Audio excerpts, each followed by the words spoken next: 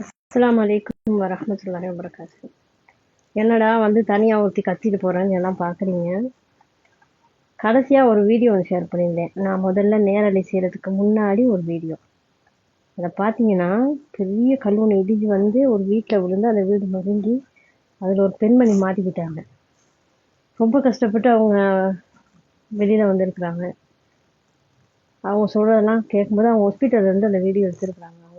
அவங்க சொல்கிறாங்க ஹாஸ்பிட்டலில் வச்சு இப்படி தான் நான் மாட்டிக்கிட்டேன், நான் சத்தம் போடுறேன் யாருக்கும் கேட்கல, அப்புறம் ஒரு தம்பிக்கிட்ட கையை காட்டி அவர் வந்து தூக்கி என்னை காப்பாற்றினார் அப்படின்னு. மழைக்காலம் நம்ம ஊரில் பார்த்திங்கன்னா அடிக்கடி இப்படி தான். இலங்கையில் எந்த இடத்துலையும் இல்லாமல் இல்லை, மலைகள் இருக்கிற இடத்துல பெரிய பெரிய கல் உருளும், வாங்கி இடியும், இந்த மாதிரி பிரச்சனைகள்லாம் நிறையவே இருக்குது.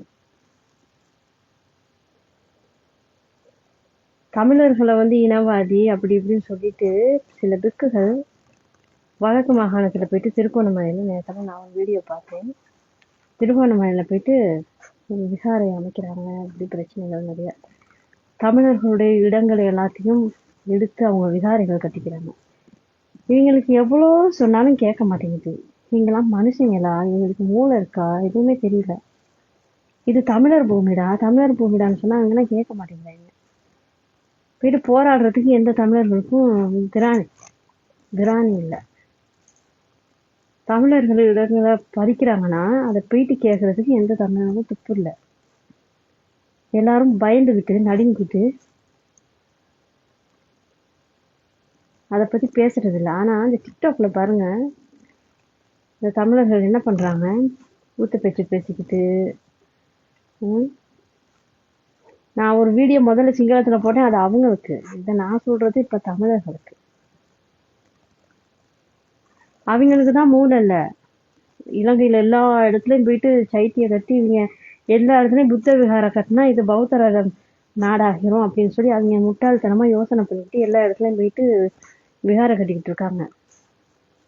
இருக்கிற தமிழர்கள் என்ன பண்ணுறீங்க, ஒருத்தருக்கு ஒருத்தர் அடிச்சு கட்டுறீங்க. டிக்டாக்கை திறந்தா மானம் போகுது, ரொம்ப கேவலமாக இருக்குது.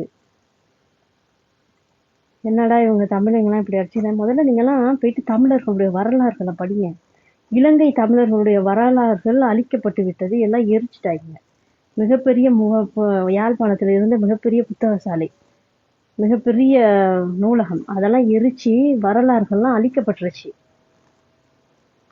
ஆனால் இந்தியாவில் இருக்கிற வரலாறுகள்லாம் இன்னமும் இருக்குது. தமிழர்கள் வந்து எப்படியெல்லாம் ஆட்சி பண்ணியிருக்காங்க தெரியுமா?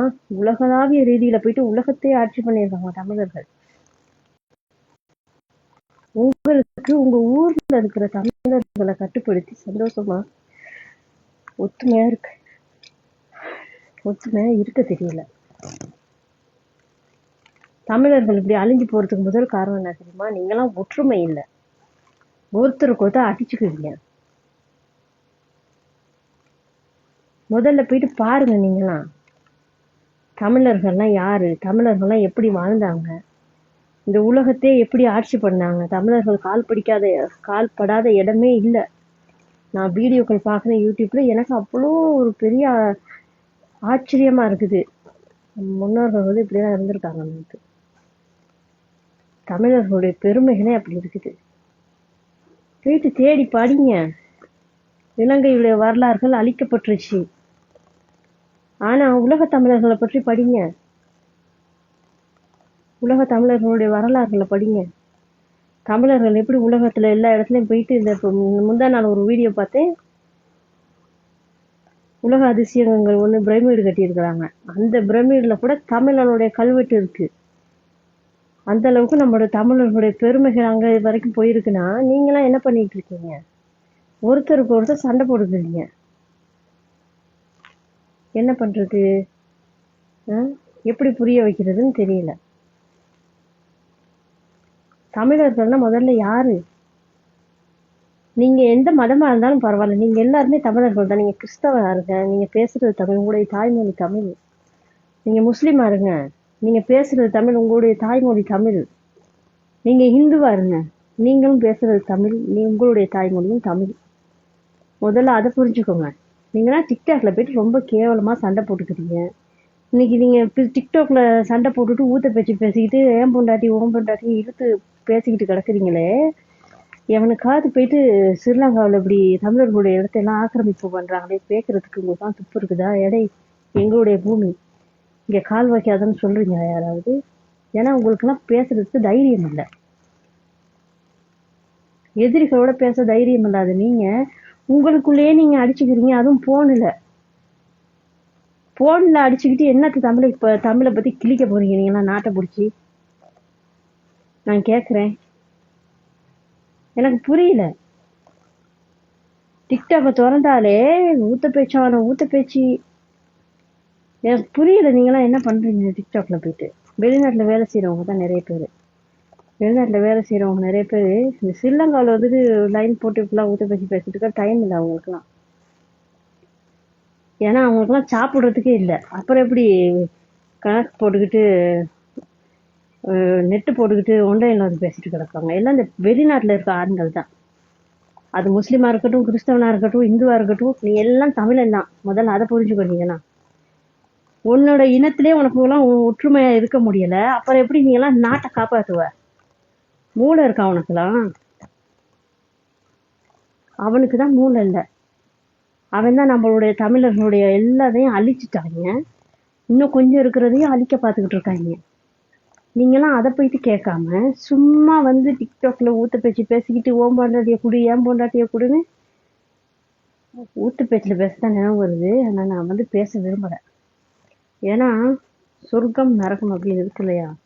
இந்த தூசணம் பேசிட்டு அலையிறவங்களுக்கும் நரகத்தில் வேலை செய்யறதுக்கு ஒரு கூட்டம் இருக்குதான். அந்த கூட்டத்தில் வேலை செய்கிறவங்களுக்கு வேர்வை சளி, இந்த நரகத்தில் வெந்து ஊத்துதுலையா சலம், அது அங்கே வேலை செய்கிறவங்களுக்கு வேர்வையெல்லாம் எடுத்து குடிக்க கொடுப்பாங்களாம். இந்த சாராயம் குடிச்சிட்டு கஞ்சா குடிச்சிட்டு ஊற்ற பேசிட்டு அலையிறவங்களுக்கு நரகத்தில். அதெல்லாம் நீங்கள் அங்கே அனுபவிச்சுக்கோங்க. உங்களுக்கெல்லாம் மிகப்பெரிய தண்டனை இருக்குது. நான் வந்து எனக்கு வந்து அவ்வளோ கோவம். எனக்கு என்னைக்காவது ஒரு நாளைக்கு இருந்திருந்தா போயிட்டு இந்த டிக்டாக்லாம் திறந்து பார்த்தா காது கொடுத்து கேட்க இயலலை. என்ன பண்ணுறீங்க நீங்கள் எல்லாம் டிக்டாக்ல? நீங்களாம் தான் நாட்டை பிடிச்சி கிழிக்க போகிறீங்களா? நாட்டை காப்பாற்ற போகிறீங்களா? டிக்டாக்ல ஒருத்தர் சண்டை போட்டுக்கிட்டு தமிழ் பேசாதீங்க. போயிட்டு படிங்க எல்லாரும் போயிட்டு. அடுத்த என் பொண்டாட்டிக்கு ஆசைப்படுறதுக்கு முதல்ல போயிட்டு தமிழனோட வரலாறை படிங்க. தமிழர்கள் எப்படி வாழ்ந்தாங்கன்னு படிங்க. தமிழர்கள் இந்த உலகத்தை எப்படி ஆட்சி பண்ணாங்கன்னு படிங்க. அப்படி அதெல்லாம் படித்தா மட்டும்தான் உங்களுக்கு இந்த தமிழர்களுடைய தேசத்தை கட்டி காப்பாற்ற முடியும். ஈழத்தமிழன் ஊத்த பேச்சு பேசிக்கிட்டு தான் நாட்டு பிடிக்க முடியாது. இந்த மறைந்த தலைவர் இன்னைக்கு என்னோட பிறந்த நாள் 24. நான் பிறந்த நாள் கொண்டாடுறது இல்லை. இப்போ நான் முஸ்லீம் ஆனதுனால பிறந்த நாள் கொண்டாடுறது இல்லை. ஆனால் அதுக்கு முன்னாடி இந்த 24ஆம் தேதி என்னோட பிறந்த நாள் இல்லை. நான் 26ஆவது தான் வந்தேன்னு அவ்வளோ பெருமையாக சொல்லிக்கிறேன். அந்தளவுக்கு எனக்கு வேலுப்பிள்ளை பிரபாகரன் அவர்கள்லாம் ரொம்ப பிடிக்கும். அவர்களுடைய வழி வந்த நீங்களாம் இப்போ என்ன பண்ணிட்டு இருக்கீங்க? நீங்களாம் தான் நாட்டை பிடிச்சி கிழிக்க போறீங்களா? அவங்க இருந்திருந்தா அழுகுவாங்க.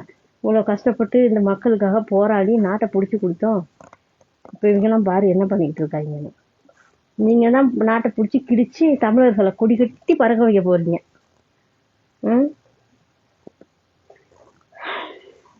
தயவு செய்து தமிழர்களுடைய மானத்தை வாங்காதீங்க. உங்களுக்குலாம் தமிழ் இனத்தோட பெருமை தெரியாது, அருமை தெரியாது. தமிழ் மொழியோட அருமையும் பெருமையும் தெரியாது. தெரிஞ்ச இந்த மாதிரி நீங்களாம் நடத்துக்க மாட்டீங்க. அவ்வளோ கேவலமாக இருக்குது.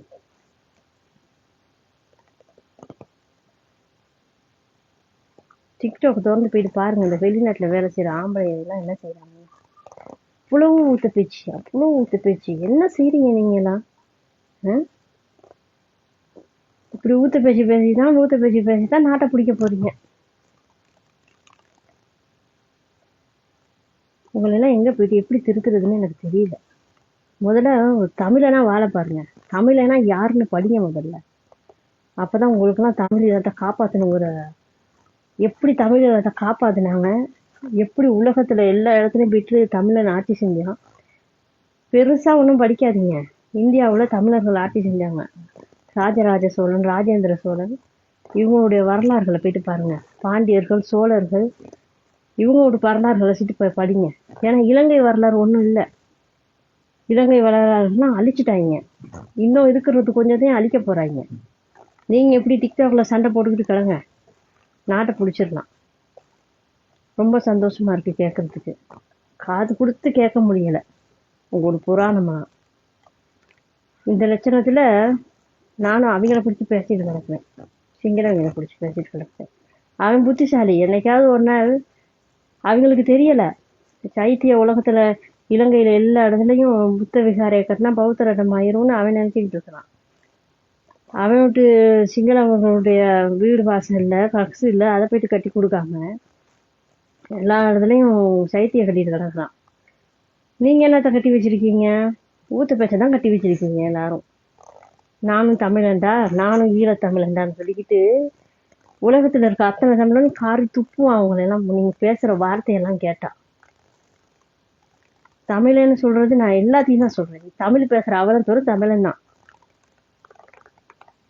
தயவு செய்து புரிஞ்சுக்கிட்டு மனுஷனா வாழ பாருங்க முதல்ல.